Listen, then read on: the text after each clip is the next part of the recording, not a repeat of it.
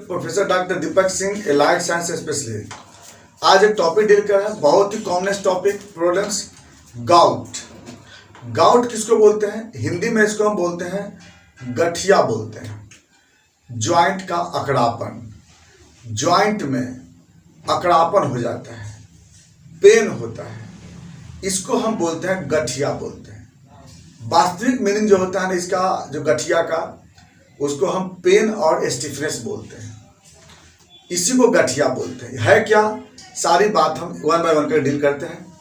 सबसे पहली बात है, ये जॉइंट पे एक बहुत इंपॉर्टेंट केमिकल जिसको हम बोलते हैं साइनोवियल फ्लूइड कहते हैं, है ना। इसको पहले जानना होगा। ये जैसे जॉइंट है, इस जॉइंट के बीच में यहाँ पर साइनोवियल फ्लूइड होती है। तो साइनोवियल फ्लूइड में होता क्या है? तो साइनोवियल फ्लूइड में होता है gelatin, sodium hydroxide, sodium hydroxide, बहुत इंपॉर्टेंट केमिकल्स। उसके बाद कैल्शियम हाइड्रोक्साइड, ये भी मिला होता है इसमें। ऐसे मिल करके एक जेली लाइक सब्सटेंस बनाता है। इसका काम क्या है? लुब्रिकेशन करना। लुब्रिकेशन का मतलब जब हम मूव करते हैं, जैसे देखिए मूव करा रहे हैं ना, ये आप मूव कर रहे हैं, अल्बो जॉइंट हम मूव कर रहे हैं या नी जॉइंट को मूव करेंगे, तो मूवमेंट के समय इस बोन और इस बोन के बीच में फ्रिक्शन नहीं लगे, फ्रिक्शन को रोकता है। फ्रिक्शन नहीं लगे, फ्रिक्शन रोकता क्यों है? जैसे एक एग्जांपल बता रहे हैं, जैसे मान लीजिए कोई बॉल बेरिंग होती है, तो बॉल बेरिंग में ग्रीस का काम क्या होता है? ग्रीस का काम होता है कि दोनों के बीच में फ्रिक्शन लगने नहीं देता है, फ्रिक्शन लेस बनाना। तो फ्रिक्शन लेस बनने से क्या फायदा है? आसानी से मूव करता है, उसमें उसका मूवमेंट भी अच्छा है, वेलोसिटी भी अच्छा रहता है। तो उसी तरह से यहाँ भी क्या होता है ना, कि जॉइंट के बीच में जो फ्लूइड होता है, इसका काम होता है आसानी से मूवमेंट कराना, फ्रिक्शन लेस बनाना। चलिए, ये हो गया एक बात, एक पॉइंट ये समझ में आ गया, ये साइनोवियल फ्लूइड होती है। दूसरी बात है, यूरिक एसिड के बारे में समझना है। यूरिक एसिड, इसके बारे में थोड़ा समझना है। यूरिक एसिड है क्या? यूरिक एसिड एक वेस्ट प्रोडक्ट सब्सटेंस है। वेस्ट प्रोडक्ट सब्सटेंस किसका वेस्ट प्रोडक्ट? देखिए, हमारे बॉडी में एडेनिन और गुआनिन एक नाइट्रोजनस बेस होता है, उसको बोलते हैं purine base. Purine nitrogenous base, जिस प्यूरिन बेस से एडेनिन गुआनिन से NADH2, FADH2, ATP, GTP, DNA, RNA, ये सब बनता है। क्या बनता है उससे? जितना सब्सटेंस। तो ये जो बनने के बाद जब इस एडेनिन गुआनिन का जब यूज खत्म हो जाता है, जब लाइफ हील हो जाती है, तो क्या होता है, यह एडेनिन गुआनिन ये ऑक्सीडेशन होकर के और ये यूरिक एसिड में कन्वर्ट कर जाता है, यूरिक एसिड में कन्वर्ट कर जाता है। और यह यूरिक एसिड फिर क्या होती है, ब्लड के माध्यम से होते हुए और किडनी से पास करके यूरिन से बाहर निकल जाता है। तो नॉर्मल में ब्लड का लेवल अगर देखते हैं ब्लड में, तो अगर मेल में अगर रेंज देखते हैं इसका, थोड़ा थोड़ा हल्का लेबोरेटरी तो लेबोरेटरी वेरी करता है। मेल में रेंज 3.2 से लेकर 7.0 मिलीग्राम पर DL मेल में होता है। फीमेल में कितना होता है ये? फीमेल में होता है ये 2.8 से लेकर 6.2 mg पर DL। फीमेल में थोड़ा इसका कम होता है अमाउंट। कम क्यों होता है फीमेल में? तो मेल में वर्किंग की वजह से एडेनिन गुआनिन का डिस्ट्रक्शन थोड़ा ज़्यादा होता है। फिर भी जब हम इसका लेवल की बात करते हैं तो 5 मिलीग्राम, जैसे देखिए यहाँ पर कितना है, 3, 4, 5, 6, 7, तो 5 मिलीग्राम जो होती है ना, बीच का वैल्यू होती है।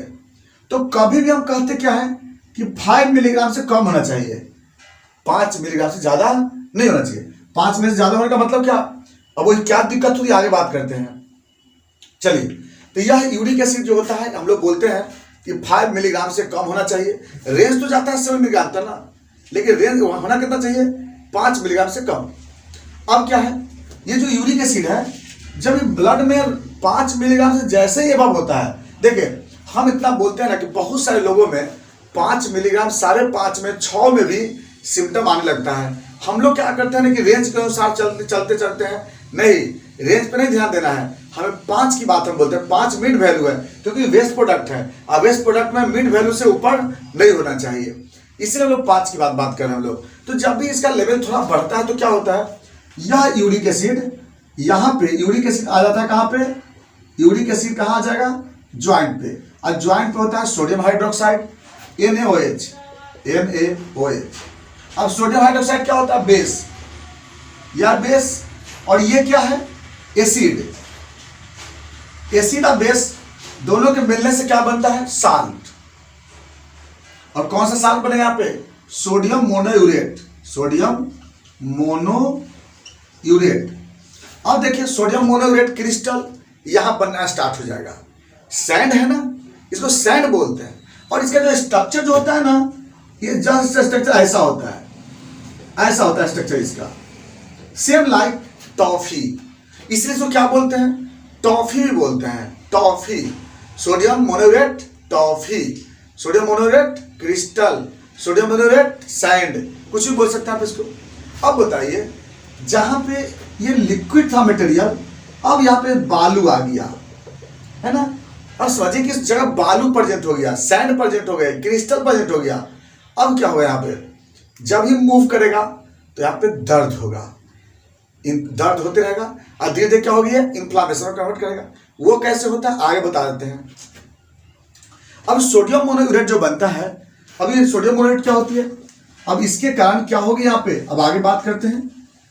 सोडियम मोनोयूरेट जब बढ़ेगा बॉडी में तो क्या होगा, अब ये बताना कि यूरिक एसिड ज्यादा बढ़ेगा, तो ज्यादा यूरिक एसिड बढ़ने से क्या होगी, सोडियम मोनोयूरेट बनेगा।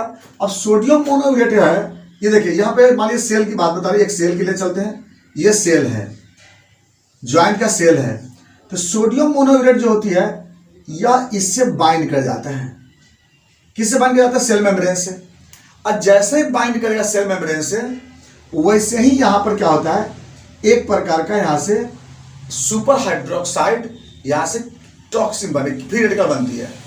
यहाँ से क्या हो, जैसे ही यहाँ से बाइंड करेगा, यहाँ से फ्री रेडिकल बनता है, फ्री रेडिकल, और यह फ्री रेडिकल जो होता है टॉक्सिन का काम करता है, और इसके कारण यह सेल पर अटैक करता है, ये ज्वाइंट के सेल पर अटैक करता है, और इसके कारण यहाँ से निकल जाता है क्या, लाइसोजाइम, और लाइसोजाइम जैसे ही निकलेगा यहाँ से, वहां पे प्रोसेस क्या होने लगेगा, इन्फ्लामेशन, और इन्फ्लामेशन जैसे होने लगेगा, क्या डेवलप करेगा, ये आर्थराइटिस। ज्वाइंट में इन्फ्लामेशन क्या बोलते हैं, आर्थराइटिस। अब इसका नाम क्या हो जाएगा, गाउटी आर्थराइटिस। चलिए, तो इसको क्या बोलते हैं लोग। अच्छा, उससे पहले क्या होता है, आर्थराइटिस तो बाद में होता है, पहले क्या होता है, यहाँ पे जो क्रिस्टल जो बनता है यहाँ पे, उसके कारण यहाँ पे अकड़ापन होता है, पेन होता है, स्टिफनेस होती है, किस समय, सुबह में जब सो के उठता है, या बेड से जब उठता है ना, तो उसको अकड़ापन ज्यादा होता है। क्यों कि जैसे जब कांस्टेंट जब हो जाता है ना बॉडी, तो डिपोजिशन बढ़ जाता है। अच्छा, एक और भी चीज होती है, ठंड के मौसम में प्रॉब्लम इसका बढ़ता है। क्यों बढ़ता है ठंड के मौसम में गठिया का प्रॉब्लम, क्योंकि सेल जो होता है अपने एनर्जी को मेंटेन करने के लिए, हीट मेंटेन करने के लिए एटीपी को ज्यादा यूज करता है। एटीपी मतलब एडिनोसिन ट्राइफॉस्फेट, एडिनोसिन मतलब एडिनिन से बना हुआ है, एडिनिन प्यूरिन बेस होती है, तो इसके कारण क्या होता है, ठंड के मौसम में थोड़ा गठिया का प्रॉब्लम बढ़ता है। बहुत सारे लोगों में ऐसा होता है, आगे बात फिजिक्स करते हैं इसके बारे में। तो इस तरह से क्या होता है ना, गाउट, अब गाउट के बाद क्या बनता है, फिर गाउटी आर्थराइटिस। तो वही डिफिनेशन क्या कहता है कि the stiffness and pain in the joint due to hyper uric acidemia, मतलब यूरिक एसिड के लेवल के बढ़ जाने के कारण जब यहाँ पे ज्वाइंट में पेन और स्टिफनेस होती है, तो उसी को हम लोग बोलते हैं गाउट कहते हैं। और यही गाउट जब लंबे समय रह जाता है तो उसकी वजह से इन्फ्लामेशन होती है, जिसको हम बोलते हैं गाउटी आर्थराइटिस बोलते हैं। यहां तक तो बात समझ में आ गया।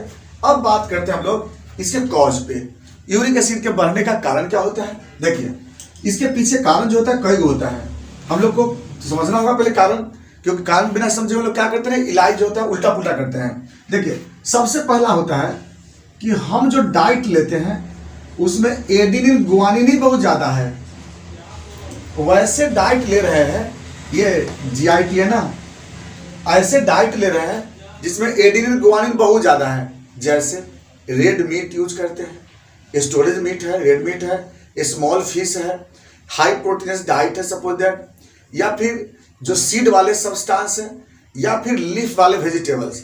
याद रखना है, सारे में नहीं बोल रहा है, leaf vegetables, high chromosomal diets, red meets, alcohol, ये सब जो डाइट होता है ना, ये सब डाइट के कारण क्या होता है, एडेनिन गुआनिन ज़्यादा अमाउंट में आ रही है। अब ज़्यादा अमाउंट में एडेनिन, आपसे बताया ना, रेड मीट में क्या होती है, न्यूक्लियस ही ज़्यादा उसमें है, डायरेक्ट एडेनिन गुआनिन है, ये सब के कारण क्या होता है, हम ज़्यादा यूज कर रहे हैं। तो एडेनिन गुआनिन ज़्यादा यूज करने के कारण क्या होता है, बॉडी में यूरिक एसिड का लेवल बढ़ जाएगा। एक तो हो गया नंबर 1। अब नंबर 2 कॉज जो आता है, नंबर 2 कॉज क्या है, अब बॉडी में डाइट नॉर्मल है, डाइट तो नॉर्मल, क्योंकि देखिए बहुत लोग क्या करते हैं, डाइट के कंट्रोल ज़्यादा कर लेते हैं। डाइट तो नॉर्मल है, लेकिन बॉडी में डिस्ट्रक्शन ज़्यादा हो रही है। क्या चीज़ का, एडेनिन गुआनिन का जरूरत से ज़्यादा डिस्ट्रक्शन हो रही है, ओवर प्रोडक्शन हो रही है यूरिक एसिड का। क्यों बन रही है यूरिक एसिड, डाइट नॉर्मल है बट बॉडी में प्रोडक्शन ज़्यादा हो रही है। कब, जैसे मान ली सबसे पहला ऑटो इम्यून डिजीज, मान ली ऑटो इम्यून डिजीज बॉडी में कहीं पे होती है। अब ऑटो इम्यून डिजीज में क्या होता है, सेल का डिस्ट्रक्शन होता है, तो इसके कारण क्या हो जाएगी, बॉडी में यूरिक एसिड का लेवल बढ़ता है। सबसे पहला कंडीशन ये होती है। नंबर 2, अगर बॉडी में ओवर वर्क करते हैं, मसल का ब्रेकडाउन ज़्यादा हो रही है, तो उस कंडीशन में क्या होगा, यूरिक एसिड का प्रोडक्शन बढ़ जाएगी। अगला कंडीशन ल्यूकेमिया। ल्यूकेमिया में जानते हैं कि WBC काउंट बढ़ता है, WBC न्यूक्लिएटेड होता है। जब न्यूक्लियस ब्रेक होगी तो उस केस में क्या होगा, यूरिक एसिड का लेवल यहाँ भी बढ़ता है। तो इसके कारण भी क्या होता है ना, यूरिक एसिड का प्रोडक्शन बढ़ता है। नेक्स्ट अगला कंडीशन होता है कुछ ड्रग्स, कुछ ऐसे भी ड्रग्स होता है जो कि सेल को एडेनिन गुआनिन को ज़्यादा ब्रेक करता है। तो वह ड्रग्स लेने से क्या होता है, उसके कारण भी यहाँ पर यूरिक एसिड का प्रोडक्शन बढ़ता है। Excess use of tea and coffee, ज़्यादा टी कॉफ़ी यूज करने से भी एडेनिन गुआनिन का डिस्ट्रक्शन ज़्यादा होता है, यह भी गठिया का कारण बन सकता है। एक कारण अगला जो कारण, तीसरा ग्रुप जो होता है, तीसरा ग्रुप, पहला ग्रुप था एडेनिन गुआनिन ज़्यादा आ रही है, दूसरा ग्रुप क्या हो रही है कि ज़्यादा डिस्ट्रक्शन हो रही है एडेनिन गुआनिन का, यानी कि फॉर्मेशन ज़्यादा हो रही है एडेनिन गुआनिन का। अब एक जो तीसरा ग्रुप जो आ रही है, यह है कि एक्सक्रीशन कम हो रहा है। एक्सक्रीशन कम क्या होती है, जब हम पानी कम पीते हैं तब पानी कम पीने से क्या होगा, एक्सक्रीशन कम होगा। दूसरा क्या होता है, रीनल प्रॉब्लम्स है, किडनी फेल है, किडनी का प्रॉब्लम्स है, इस केस में क्या होगा, यूरिक एसिड का एक्सक्रीशन कम हो जाता है। इसके बाद अगर भाई ADH का फॉर्मेशन अगर बॉडी में बहुत ज़्यादा हो रही है, बहुत प्रोडक्शन होता है, तो उस केस में क्या होता है, जैसे ओवर स्ट्रेस वगैरह में ज़्यादा होता है ऐसा, तो ज़्यादा स्ट्रेस में रहने पे क्या होता है, इस केस में यूरिक एसिड का प्रोडक्शन बढ़ जाता है। नेक्स्ट आते हैं कभी कभी, अच्छा कुछ अदर कॉज आता है। अदर कॉज में क्या होता है कि जैसे मालूम पता चला नहीं, जैसे ओबेसिटी के केस में, मेटाबॉलिक डिजॉर्डर के केस में, डायबिटीज मेलाइटिस केस में, इसको बोलते हैं मेटाबॉलिक सिंड्रोम बोलते हैं। मेटाबॉलिक सिंड्रोम, ओबेसिटी हो गया, गाउट का प्रॉब्लम हो चुका, सॉरी हाइपरथायरॉयडिज्म है, या फिर सपोज डायबिटीज मेलाइटिस है। तो ज़्यादा अगर हाइपरथायरॉयडिज्म, थायरॉइड का लेवल बढ़ जाने के कारण भी प्रोडक्शन बहुत ज़्यादा होने लगता है यूरिक एसिड का। तो ये कुछ अदर कॉज में आते हैं जिसके कारण जो होता है यूरिक एसिड का प्रोडक्शन बॉडी में बढ़ जाता है। मेटाबॉलिक सिंड्रोम हुआ, ओबेसिटी है। अब चलिए ये तो हो गया बात इसके बारे में कैसे क्या क्या कारण होती है। नेक्स्ट जो बात आता है हम लोग का वह सिम्टम। सिम्टम में क्या मिलता है, यूरिक एसिड का प्रॉब्लम का जो मरीज होता है, ज़्यादातर सिम्टम इसका क्या होता है, मॉर्निंग में या फिर सो के उठने पर क्या होता है कि जो यूरिक एसिड क्रिस्टल होते हैं ज्वाइंट पे डिपोजिट होती है। अब इसके कारण क्या होता है, जब सो के उठेगा तो क्या होता है, स्टिफनेस आता है, धीरे धीरे क्या होता है, यहाँ पर स्वेलिंग होता है, पेन बढ़ने लगता है। अगली पॉइंट, इसका जो पेन होता है वो स्मॉल ज्वाइंट से स्टार्ट होता है। स्मॉल ज्वाइंट से क्यों स्टार्ट होता है, इसके पीछे एक रीजन है, एकदम छोटा सा रीजन होता है कि स्मॉल ज्वाइंट से इसका दर्द क्यों होता है। देखिए इसका रीजन यह है कि जैसे मान ली सपोज दैट कि यहाँ पर छोटा सा एग्जांपल इन्वर्टेड डायग्राम बना रहे हैं। यहाँ पे मान ली सपोज दैट हिप ज्वाइंट है, यहाँ पर ये हिप ज्वाइंट हो गया ऊपर में, यहाँ हिप ज्वाइंट है, हिप ज्वाइंट, यहाँ पे हो गया नी ज्वाइंट, यहाँ पे नी ज्वाइंट हो गया, ये नी ज्वाइंट है। इसके नीचे क्या हो गया, नी ज्वाइंट के बाद नीचे एंकल ज्वाइंट, और इसके नीचे हो गया फ्लेंजर ज्वाइंट, फ्लेंजर ज्वाइंट। देखिए तो मान ली सपोज दैट हिप ज्वाइंट में मान ली साइनोवियल फ्लूइड कितना होता है, एक एग्जांपल 10 ml, कितना होता है 10 ml। नी ज्वाइंट में कितना होता है, मान लीजिए 5 ml। एंकल ज्वाइंट में कितना होता है, सपोज दैट एंकल ज्वाइंट में 3 ml। फ्लेंजेस में कितना होता है, 2 ml। देखिए सर्वल फ्लूइड का अमाउंट क्या है, अलग अलग है, 10, 5, 3, 2।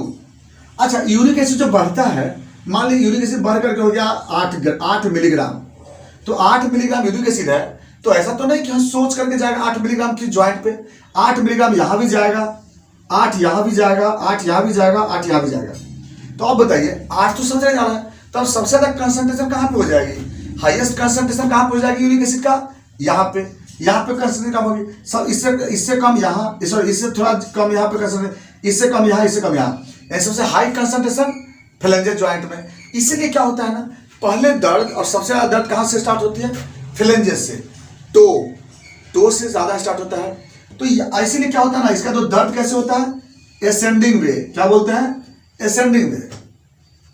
हाथ में भी होगा तो क्या होगा, पहले फ्लेंजेस, रिस्ट, एल्बो, तब शोल्डर, यानी कि ऐसा दर्द बढ़ता है नीचे से ऊपर की तरफ, इसलिए क्या बोलते हैं इसको, एसेंडिंग वे पे बोलते हैं। साथ में स्वेलिंग होती है वहां पे, उसका स्टिफनेस होता है। ये जो दर्द होता है ना, ठंड के मौसम में बढ़ता है ज्यादा, याद रखना, बताए थे आपको हम इसके बारे में। नेक्स्ट आते हैं इसके बारे में साइन। हाँ, एक चीज और भी आता है इसमें कि पेशाब करते समय क्या होता है, थोड़ा फोम बनता है, झाग बनता है। क्यों झाग बनता है, कि सोडियम जो मोनोयूरेट होता है उसे प्रेशर बनने से बबल्स बनता है। नेक्स्ट बात है, कभी कभी जो होता है हेडेक होता है, ये सभी सिम्टम कभी कभी आता है। अगली जो पॉइंट आता है इसमें साइन में, जब हम लोग ज्वाइंट देखेंगे तो ज्वाइंट पे क्या मिलेगी, क्रिस्टल मिलेगा, थोड़ा हार्डनेस मिलेगी, स्टिफनेस होती है, बाकी तो कंफर्म नहीं कर सकते हैं।